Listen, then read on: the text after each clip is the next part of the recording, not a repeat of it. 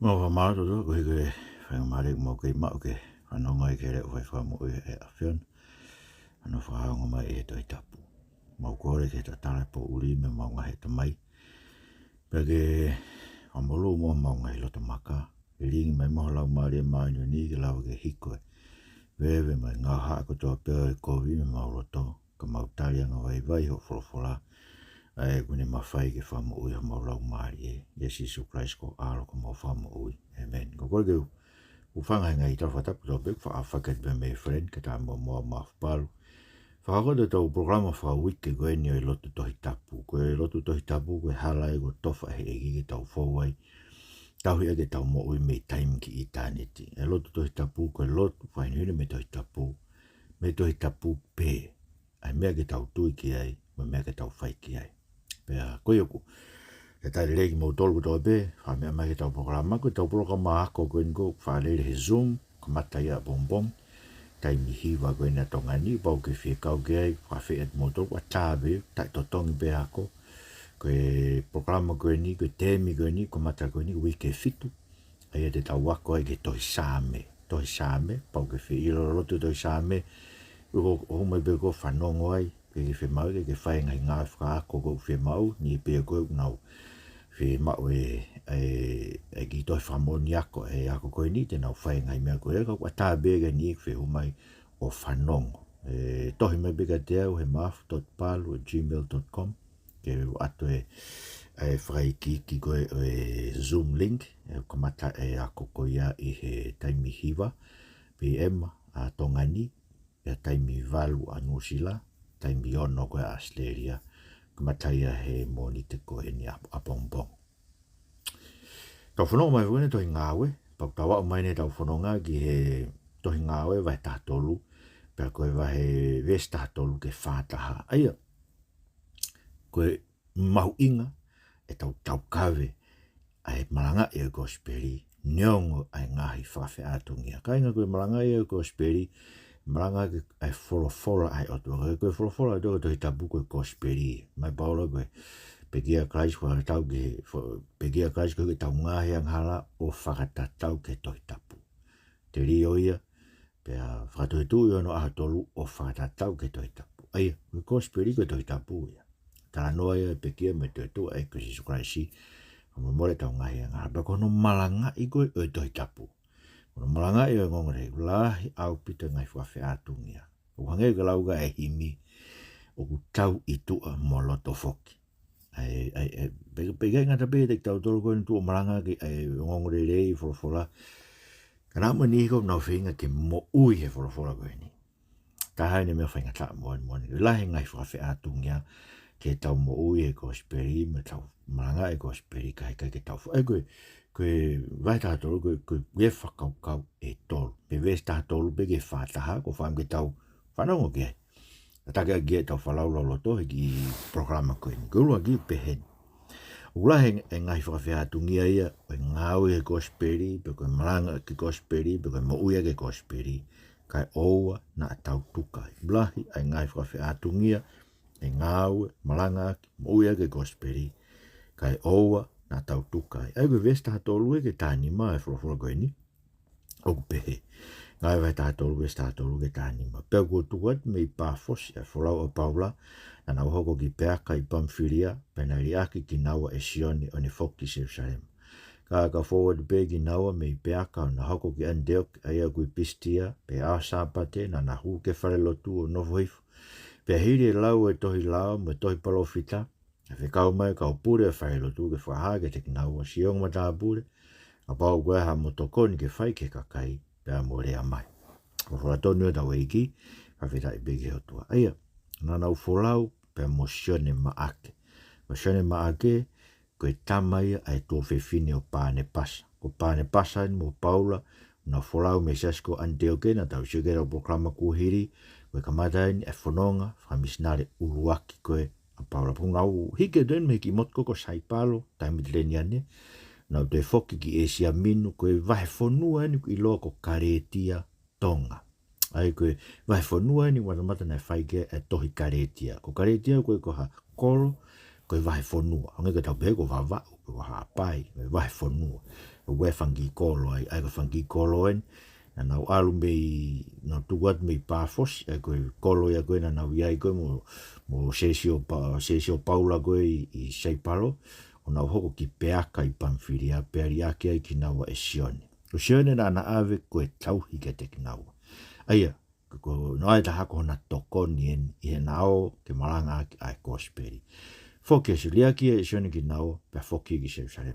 na ta mai leo ka forward pa I pegi nau ki peaka na hoko me ki Antioch aia kui pistia pe ia sabate na hu ke failo tu no huifo pe o se lau ko tohi lau mo te palofita tau ilo ko ongo tohi na lau I failo tu I aha ko to be failo to kausiu I sabate ko to be na lau ai tohi lau ni mai puka mo se konga me ai mo konga me to palofita o se no lau pe kore mai pure ko failo tu pe ko tau pe ko se tu atalahi failo tu kore ke ongo tangata ko pau wea ha mo toko ni ke whai ke kakai pe more. Ai mai no be, ai maho na whainga maari ai, ke na malanga ke ko speri ke mea na alu ai. Ai, ko meu tau tokangi ai, o kulahe ngai fakafe'atungia ia, o Ngaue, malanga ke ko speri, mo uia ke ko speri. Ko fakafe'atungia ai ni ko e foki a sione o li aki ki naua. Sione na nauo ko na tauhia. Mea mahoenga bit, ko lakanga tauhi, ngā ke he siasi katolika, no ai kau tauhi kau whaifukau. Pe koe ranga mawinga bit, no whainga I ngā lai no tōni e si kau whaifukau, koe ka no maari kau pātere katolika. Koe lakanga na tō e sione māke. Pe mo whatonga I taimu tō peu ala paula ni ngahi whanonga hamisnare, au mau pe paula mo tōko tōko tōru, no whanonga kau ngā whanonga. Mahatunga be whekau kwa si isu pao ke toko ua e o tangata, ka kumandifo ko menene vahe I lau mare mare. Kaike, te tau amanaki mau be, e iai mau be fakafe'atungia ke te tau tu, malanga ai o ngongorere. Kuru pēo, te mlahi koe kakai koeni I ko whekau mau tala kovi e ngai mea koe tau lea ke kosperi. Koe mōni foki, whanonga be ke mea mai presidenti o Sasuisiana, ke whanofe presidenti koeni, fine tonga ko ni ko family mo to me kolo fine en panof ko prestenia o SS uniting ni e wongo e bit e kusio e conference te au ko ato ka prestenia nga SS fraso toma presten metodisha anu sila presten uniting Australia nga SS no fo bo ke tau ilo ko kai ko ni no ma ko kai no fraso toma ai ka kai ko ni prestenia ngai fetu ko palang ko na nawang gitonga I conference te au anche no fai ako I folo kai ko kuinga kurea ke ngai mea ko ni kainga he tau ngo e bude tau tau ko step usi pe ke tau tari faso to ma to tari da to ke kai faso to ma ke na mai o fai ako ke tau o mai da to ko fai ako tau sia ko step si pe to mai paula ke tau tau ame tau fra hame tau io ke whakatahai, ai kakai ai otua, mui kakai a pire whakapireari. Tau io ke whakatah, koe hawhikawa ke tempare otua, pe mui whare whakatevo. Aia, o tau ngo e tau tau koe mea hoko ngai mea koe ni, koe ngai whakawheatungia e nio e ngai koe ni. Ka pati tau sio ke ngā mo uia si Isu Kraisi, na lahi hawita pe ngai mea ai. Pau bene mamahe loto si Isu e whakaukau, koe tangata taki o ne kau ako a pita, na ne whakafisinga ia he pōno lawa ki. Pau bena e ongo e abira si Isu, tau ilo me konspirasione I na ne lea koe o pehe, koe toko taha te neunu e ne me I mao ange ki ai. Na nau sakara me nit whatape o mohe a eiki, ke raki o mohe a eiki, na e kau e tangata tai tui kun ko siutas, tangata na ne hanga kau o lawa ki o tau eiki. O pau bena mamahe abira eiki hene mahino ki e alo tangata ai. Na tau lawe mau be ke he riaki he tangata koko tīmasi a Paula koe ne ofa ki mamani. Pau mene ngoa bite Paula ngai mea koe ni. Tam ko tohi mea Paula koe whakaosi koe Timoteo ne tamai ko ia toko taha be utoe. Nge kia taha e tu o toko ni ki ai hene raki tu o whakamatala I he au e whakamau anga o sisa. Lahi, so kuinga koe, kuinga tāna bega wea tangata katoa taha upore ke Ngaue koe kono malanga ke kosperi, koe ngā whai ngofua te tue moane whorofora. Ka pau koe ke whatanga I koe ia o tue malanga he whorofora, mai numpe koe te ke rea koe ke mooni, koe te ke rea koe ke ngai mea koe, aini o koe sio kia he kuonga uton ke tau rea ke kau, koe ke longo koe ia. koe te gerea koe ke whakatonton ngai mea koe, ngai mea on tau sia ngai mea tau sia wafe ke tau tangata oe ahoni. Ka e lahi ngai fakafe'atungia, na tau fo'i, koe hui, ke tau te toi Ngaue tau tau koe unga tau ala, inga ala paula mo, pane pasa koe nao anau ke ave ai o ngongorere. Paka mea no ua re wea ko toa angia heni, mea no ua o peheni, whakao no ua o peheni. O koe ke tau fo'i e maranga ke o ngongorere, neonga ngai fakafe'atungia, neonga ngai whakatanga, neonga no ono whakasikaka i tau tolu me ngai mea pe, koe ke tau fo'i e maranga ke o ngongorere, he ku toko naki ono mooni e ku toko naki mooni e o toha whakamoui mā tau tō. Ko whakamoui koe ni te nā whakamoui tau tō mo tau ngai whiri me ngai kakai te nā whakawheatungia ki tau tō. O ku lau he whakamoui koe ni ia. O omi amanaki te rei te ki tau tō. Pera ikai ko ki tau tōlpe. Ka koe kakai ko tō. Bese ko no mahu inga koe o eo ngongore rei tau almo ia. O koe ngai ki tau fōi tau tō no ngai kovi ki tau tō.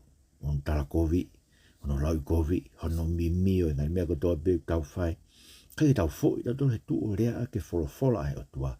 Ko ui he koe o ngongore rei koe ni, koe o ngongore rei mo ui ai a mamani kato. Whanau ko loa pe, ko Ngaue vai tātou luen, hoko pe vest taha no, o re rei ke vest tolu hiwa koe. Konga ki lolo, ka ko whaam ke whanau ngore rei koe fo'i malanga ni a paula, na ne whai i whai lotu i Antioch i Pistia. Ni ma koe ki fo'i malanga. O ke lolo e ne malanga ana ka koe fo'i malanga. Ina paula mahalo pe kohan whama pop mai e mea na malanga pe paula ka koe. Pe tua paula o ne taalo o ne pe. Tua matua Isleri me taka apasia mai ke heo tua mou mea mai. Pe tua ka kai Islerin. Na ne whiri maana e tau ngai kui o ne pusiaki e ka kai lo tonga e nau au nofu e whanoko ispite. O ne take atu ki nau tolu me iai. Ko hiki tāhano nima. Pe a fuoloa e ne whafa ki nau tolu e toa wha koe whango fu tau nai.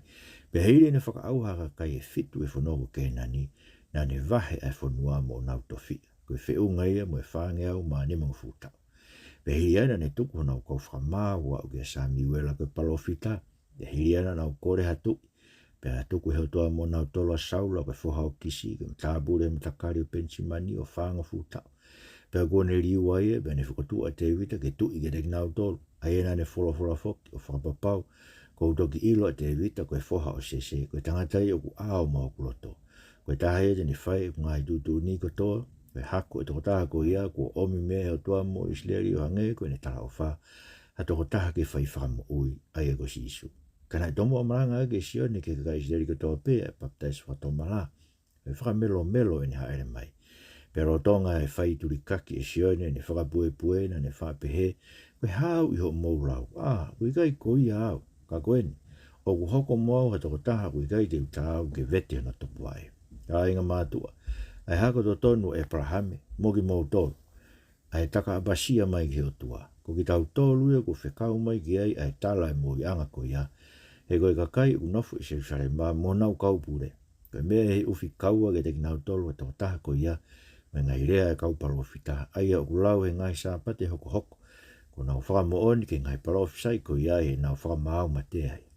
Pene ona i gai te nau iloha mo moi mea taha to ton ke ne mate ai. Ka nau kore peke a pailato ke tā mate ia. Pea ko nau lava rewa e ngai mea kotoa pene tohi maana. Ka nau oifoi me a kau o te rio e whanua loto. Ka ka whakotu ia he o toa me pekia. Pea ne haa e ngahi aolahi ke kakai ni alohake moe me ka haleri ki Jerusalema. E whainga u nofu i ono poni ko ne kau whakamo oni ki kakai Isleri. Pea ko ki maua, maongo atu, ai tala lelei o pehe, koe tala ofa na e whai ke tau ngahi kui. Ko whakamonia he o tua ke tau whanau he ne toi whotu a sisu o hange whoku o tohi o noua e sāme, ko ku alo koe, ko au ko whakatupu koe he ahoni.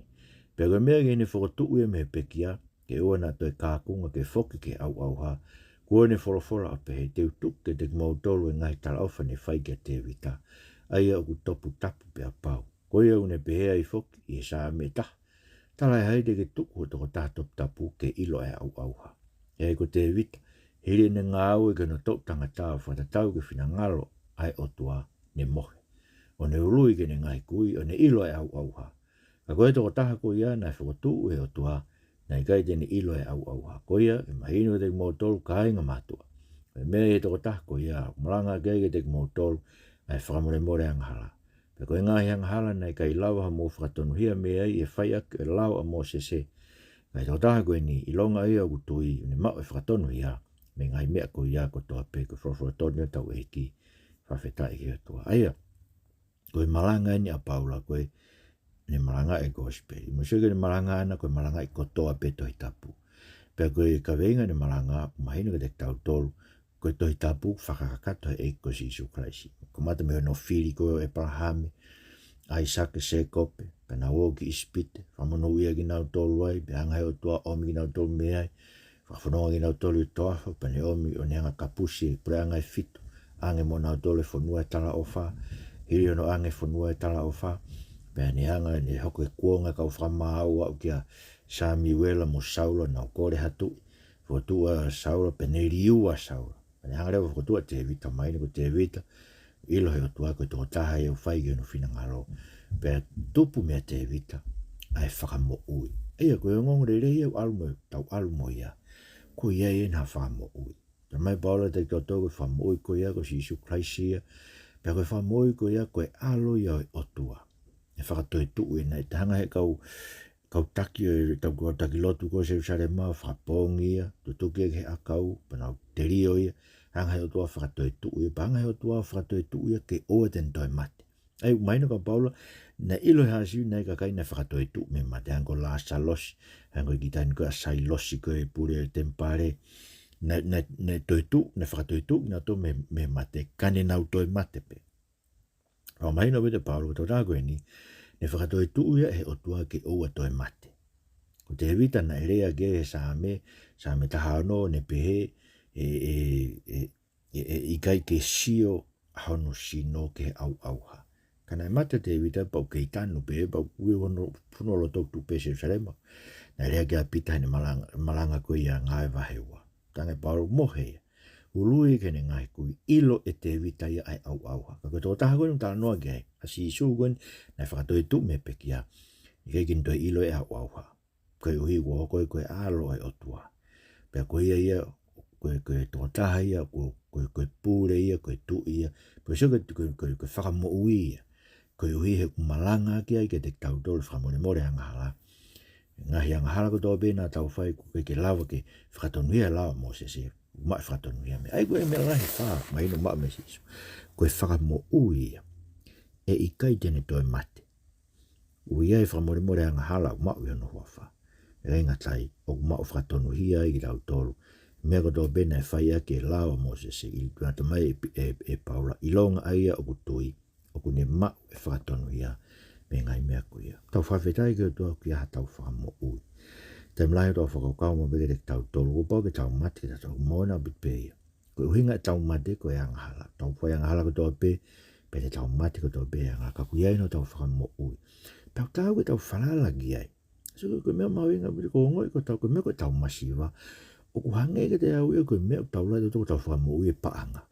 Pe ko e o mai ki muri, pe ko e habea whainga Ngaue i tonga i maua paanga lahe, mo te alo Ngaue whare harea, porque o tau sio paanga mau be, ko hiko e tau masiwa.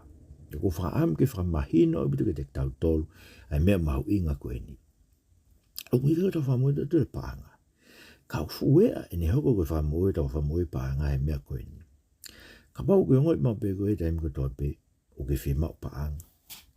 O ku mahino le wai heke beti ki toi fiu koe he mau paanga. Ko mea mo ne pito. Kono ka pau ke fai hala mau be koe mea koe ke paanga. O te taha paanga ka te koe ki ala whai ko whakatau. Ka ala be koe paka te ala ko whakafoke toi nga. Ke maina pito ke fuwhia mau e koe paanga. Ko mea mau e koe mea eta. Kono tolu, o ke ala ko no koe hui ke whakaai ai ngai hori. O ke lava hoivi whakapaanga koe o ou. Ke ne hanga whakaai. Maina le vai ka te, maina leo ka te koe. O ke fuwhia maa koe paanga, koe whakau ko whamo ui e paanga. Pono wha, koe ke whaafuake koe ia paanga. Koe ke whakau koe oso paanga, koe ka pate ke whaafuake. Koe ka toko ta whaafuake. Koe ngai mea, koe taha mea tene malu i o tau loto me whakau ko tau whamo ui e paanga, koe mo ui whaafuake. Koe mea leia bete whaafuake. Mo ui whaitoton me paanga. A tau bebe koe paanga lahi, koe paanga si. O te taha ko ka koe sin ki alfa ka whakatau ko meo. Alfa tau pa ke whok mataran koe toe ko whiha u toe. Ui ke ilo tō tako ia. o ke sio ko ke ma o ne paanga o ke fai be ko me ka ko ke off ko ke manako ko ke ma ha paanga ata e so ko ngahi me an ton ke mahina ke tau tau kai o ia ho tau whakamo ui ve e ko si Isu Kraisi ta mai paolo te ko me ko ne o mai ke te tau tolu ke tai manu e tau ngai me ko tau pe tau mato whanara ki o tuau ne palomis mai tene toko nake tau ngai me tene whakaai o tau ngai masi wanga pe ka paolo e kai tene whakaai o tau ngai masi wanga pa tau wako ai ke tau fia pe he mea kune o mai. Tau wako ai, ke tau whatatari ke tau otua. Tau wako ai, ke tau whaipe mea whiunga mo tau wiwi, mo mea tau mau. E, ko mea mau inga bit ke tau anga whatonga, e mea kone ko kuiaho tau whamo ui. Ko Christon ke tau mātua ke whanara koe koe paanga tau whamo. Gono ua, hei kai toi mate. Aia, ue ngai mea, o mea lala hei ua ni paro mes maheni, e mahina ke te kata toi kai toi mate. Koe uruaki, me para mes mai ten lava whakafu oho mo ui mo ui. E lava ke whakafu oho mo ui mo ui. Ko hei ko toi tu e ko si Isu Kraisi me pekia. Whakatoi tu e mo ki tau tolu. Me o tau wanga mo tu a. Hiki e ki tau tolu me mate ki he mo ui. E lava ke li riu e tau mo ui. I Ngaue a evi toi tu e ko si Isu Kraisi. Tamai paula ke tau tolu tau kaunga toi tu mo ia. Tau whamama u ke potu une iai e tō matau e tamai. Pea te tau lava ai ke mate ha tau ngai kupu i mamai. Kainga, o te lava pe kita sio ke kovi. O ke lava pe ko ati o toi ke lava sio ke kovi ke afe mi ai. Pe te ke sio ke kovi pa ke au, pe ke kol whamare mōre, pa ke sio ke kovi pa ke ta aufiti ai. O rau pe to sio ke kovi. Ka kono paru pare mako ke tau mata to haivi, ke ta aufiti tau tolu me kovi. Aia, ko toko taha koe ni, e lava ke whakafu o e tau mo ui, ko he kai ten toi mate. Pa u kei mo ui, pe pa koe fuivi toi tu, koe ta mai paula te ki tatu e wheso, koe fuivi e whai a kono whakamo ui, ono whakafu o e tau mo ui. Kai ngatai, ka koe hui koe mea ne toi tu me peki a, o i kai te toi mate. Tau iloi mo ki tau tolu. E whakatoi tu mo ki tau tolu e tau mate. Ta mai si isu ke tau tolu, o mo ui e kau peki a koe Abrahame, ai sake mo se kope. O na mo ui he ao e otua. Ni tāno koe make vai tāua. Ni tāno ke ike koe kau sātu si koe e whiwhine mari mo i kau tautina toko fitu. Mo ui ka kai. Ka kai o tō nau stoi tu nau tō. Ka nau pekia o nau toi tu wai ki nau tō. Ta mai paula i sova he wa. Whatoi tu ta tō whanofu ngai whitu o rangi. Aia, ko si whatoi tu ki tau tōre tau mo ui koe ni. Tau hanga ki tau tōre ke mo ui e toi tu o ka hiri e tau mate. Tau ono inga pe paula ko tau mate ko asi e tau whakora. Ka inga ko ilo ko e tola. Iri fia e ke mate. Kono inga iri fia ke mate. Ko hui te ke teu ke mate. Ke uke fu ofa ko he mo ui ko e ni.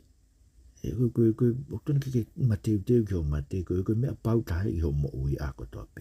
Kono tolo me ko tau mai ko si Isu Kraisi tau mai me hen. Whamore more tau ngahi angaha. Mo mate tangata koe na peanga si Isu ki ai. Tangata mamatea. Whamore more ho anghala. Mahino i tata ruko e whamore more anghala. Koe mea tene whakafo o a mamani ko tope. Kei hana pe whakafo o e tau mo ui. Kai whakafo o a mamani ko tope. Whai toa ngai maki. Ai koe tau amanaki koe ke whakafo o. Whai whakafo o. Whai no whakafo o e tau mo ui. Koe mea no whamore more tau ngahi anghala. Hamu mea koe whamore more anghala. Koe keresi ton ke tafe me te tau tolu ke kakai ko tope. Tara mai si isu ka pai ke morau whamore more kakai. No fai kovi ke te koe. E rao ke whamore more i moto mo tamai ke vai. Ton ke tawhia te whamore more. Me te tau tolu ke kai ko tope. Pao pao ke nau lawa na to ke nau tari e te whamore more. Ko me ea nau to. Tamai pao ke pe ke mātuunga e te koe. No whamirino koe me ka kai ko tope. Vau si reo. O ku mao ho tau whakatonu ia. Ka ingo whakatonu ia ka meu whemai tau tolu pao ke tau tu. Tau tolu he a whamau angai o tua. Tamai pe luwa hiwa vesua fitu ke te tau tau tu uni tangata ko toa pe ke mate tātua tā pe a hiri a koe whamau pe. Te tau tu e whamau i e tau mate. Ko meu tau iri fia ke mate. Ko ngai tau iri fia ke mate ko heke tu nuk me whamau. Ko ngā noa tau iri fia ke mate ko tau ilo e tau ngahi anghala. Hanga he lao koe o tuau tohi o tau loto. Whakahala ia i ki tau ilo e tau tō no. Ka. Ko tu whatonu hia tau ngahi anghala kumau. Koe mea i ono whamore more ki tau tolu he eiko si Isu Kraisi. Ka inga koe whakatonu hia. Koe mea u whai he whakamau ma tau to. Ko whai he whakamau. Koe o tuau ne whai whakamau i te tau tu no au. Ka kune si whau tōnaki e whakatonu hia ma tau to. Tōnaki e eiko si Isu Kraisi ke ne ave ho tau tea. Koe tau hala ia na iri whaki ki ai. Koe hui ke o fei ai o hau o tua mea te tau tolu ko toa pe. Ke o fei o no hau koe koe ne whakamau tu nuku mai mai fu hau lahi ke tau ngahi anghala. Ka ko tau koe mea whakatupu hoi fu angai ke tau ngahi anghala. Koe e kasi so ka julea gea raksione tau ilo. O ia tau whakatonu hia. Iai ai mea whakatupu hoi fu anga tu ma tau tolu ai o tua. Ko Christ Jesus koe. Po whakau sire, whakau whakaosku tau mau me pot whakawhora koe ni. Ai whakau no tolu ia. Kei ngara be ulahi ngai fakafe'atungia ke tau moui e gospeli, mano tua ke gospeli, ka ke tau fo'i i maranga e gospeli. Kono ua, o kuhinga ke tau fo'i i maranga ke gospeli, he kuiai ai o ngongole re, kuia tau whakamoui. Pa koe ngongole tau mau fie mau e kakai ke tau peo maamani ke nau moui mea. Koe ke te ha ngongole re, koe ke te ha wafa e tu. Mau e taha whakamoui, wafa pe koe nisi sukas, pa hono tolu re vai. E rau whatokanga kau tai tui he e tawhi i nau tolu e o tua. Wes whanoa peke whataha ngai wahe tātolu. Koia, mō tokanga, na hako te mea ne whrofra ke toi parofita. Ai kau whakatai tai toka. Mō sio mō ofo mō matawhia. He koe kuwhaia ni ha Ngaue o mō kua ngā. Ha Ngaue kehe. Aia hei kai te mō tui gai ne unga hono a au e taha. O whakalau te lau. Whrofra toto e tau e ki. Tai bega ta. Aia. Sike meu hoko, mou tokanga e hoko te whorowhora e toi parofita aki mou tolu whakatai tai tokai. Mou sio, mou ofo, mou matafi atu. Sike mea hoko e matafi kakai te nau sio pe e ofo. Kai ke nau tui na toki ai. Pako mea hiki ni kai ke nau tui e matafi na. Kai ke nau lawa tu e ae o tua. Kai ke nau lawa tu e ae whakamau anga e tua e matafi ki nau toki he. Pa e matafi ki nau toki ki nau lata na toi whiohi mo ki tau tolu. Ai kakai ai o tua. Te nau matafi pe ki nau toi nau whie pe ki nau toruia. I he pau ke ririu e tau mo ui. Pau ke ririu e tau mo ui tau tau koe mea koe eikoni. E whakamo ui koe tau mau koe whakamo ui a koe toi tu me pe ki ake o e toi mate. Sio, pau tonu ke behe tau mo ui. Toi tu, kai ke toi mate, whafo o e tau mo ui. E matafi kau tai tui. He tau mai, koe Ngaue koe whamatara e paura. Koe Ngaue ke hei. Ke he me ngai meo ne whai mua. Koe koe ngin mena whai mua po ke tau te halaia. Ka koe nia. Kune mese ke kau halaia. Ke he koe po ke tau te anghala. Ka koe ne whakamore more e anghala. Ke he koe hui he whakatonuhia ma ope. Ai whakatonuhia ma ope tonuhia ai e tala noa koe toi tau. Ka koe ne whakatonuhia ai kau halaia. Oku kehe ai whamatala e gospeli ki e whaunga a tua whamu ui ki tau tau ke neongo. Koe me bena taha noa ke kau parofita. Ka koe Ngaue kehe peko no uhinga whainga taai. Ke tui kakai ke whainga whuanga pe ke tui kakai e tau Ngaue e tau whamu ui. E tau ngai Ngaue ko whai he siasi. Whainga whua pe ke tui kakai e o toku ko tau lakanga whai whekau. Tau pe ko whai whekau whai whini. Ko pau pe ke tau hawa i whai e pe tau whamu ui tau toruia. Ko tau lakanga. Whainga whuanga be tau tui e ki tau toruia. O ke whusias tō lahi e nie hei kai lava he o tuae ke whahalai e ki tau toru. Ko tau toru e whusias tō lahi taha i tonga. Ko tau ngai mea koe ni. O sias e tu i e ki tau toru. O whai pōpōa ki tau toru e tō lahi o mamani. Tau tu whataha ki tau toru mo mamani. Si o whainga taha ki tau toru e ki tau tui. Ko tau whamo ui tau toru koe ke mao he kau me tō lahi. Koe ke mao he tu me fukakai tai tui tau whakamo ui ma ui me hei ko si sukai sina pe kia pe toi tu pe haere hake ke lani pe a fio me tō matau e tamai koe aloi ai o tua koe tāri ai o tua ke hanga tu ko tō pe whai mamani koe tāri ai o tua koe ni hanga whuake no ala ko si sukai pau whawhe tai tō toki o tua pe kai ke tau fōi tau ilo tō koe tūngai kau tai tui e tawhi ki nau tōlu he gospeli te nau tawhia e gospeli man tō koe gospeli koe ni o ku ua mau pene Ngaue o whai koe uluaki kune hanga ulaki whakawhewheka e loto e kakai ule bega si isu kono ingai ni tala no whakatata ingai tala no whakatata ko heke tae mahino au bido ke kai ko tua a kai mahino bega te nau tōle kakai ko nau nofo i loto a whiohi mo ekpe si isu kraisi kakai tua a te nau whanongo kai kai o ngona sio kai kai i loi whawhewheka hau nau loto na tirina nau ta whoki o tua ke whamu ui na tua koe Ngaue bea whorofora o tua hanga bega lauka paula koe mea koe ni koe nanamu ia e mo ui ke ni koe gospeli no maranga gospeli koe nanamu ia e mate ke ni so whakatou Ngaue be whorofora ke whawhewheka mo tafi e kau tai tui pane whakamo ui ai kakai o tui Tanga mo toa kene whamolu ia tau lo toke tau kau ta toi kakai o kutui. Tamai mau kore ke te koe. Neo ngai fakafe'atungia ko toa pe i ke maranga ke kua spiriga te mau fo. Neo ngono whatanga i whasikaka i tala kovi i lai kovi. Fakafetai. Tamai a whiona ke mau fia lai mau totongi he langi. Ko ika mau tu e moini o whorofora. Mau kore toa ke pe mo e mau fia ako toa pe te mau fo i rea ki ngai mea koe ni. Pa te mau fo e mau tokosi. Mangari vai mau kao mato me a whiona. Koko si hova e ngai kau tau. Tokoni mai mo eiko. Uri mo e mo ui o kakai. Tafi e koe kau tai tui e matafi. Mau kore toke te mau hoko e koe kau tai tui. Kake hanga mua ngai mau lo toke mau tui ke te koe mau whorofora. Pe mo tapa ke te po wono. Nana spau, kui nana spau me whare o tu po. Ngai mo ina toko kakai tui eke. Wate nau nofo pe. Riko nau tu ungai whanua. Kana ta fok whawaiwai nau mo ike te koe ke nau mai mo ui. Pepe to maf ke pare mia waka merik mene kabineti mau kore whawaiwai nau loto hana to apasia ke whai ke nau Ngaue. Pepe ke kau taki o siasi. Mau tolo ka kai e whanua. Ngai mau tolo ka kai tui. Wharala ka katu ke te koe mo whawhora si Isu Christ mo whama ui. Amen. Kai ngā tau whawhirai e toa. Koe hui koe kei whawhainga maari e programa koe ni. Arau katarina tohi. Wharen.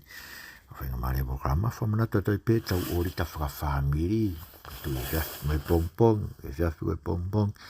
Lau e wholofora e koe tata eiki. Pe ko koe whine eiki. Whine eiki kai tiki lau ko o maranga i whare lotu. Pe te ke whai whekau. Kai te ke whai whekau koe mo api.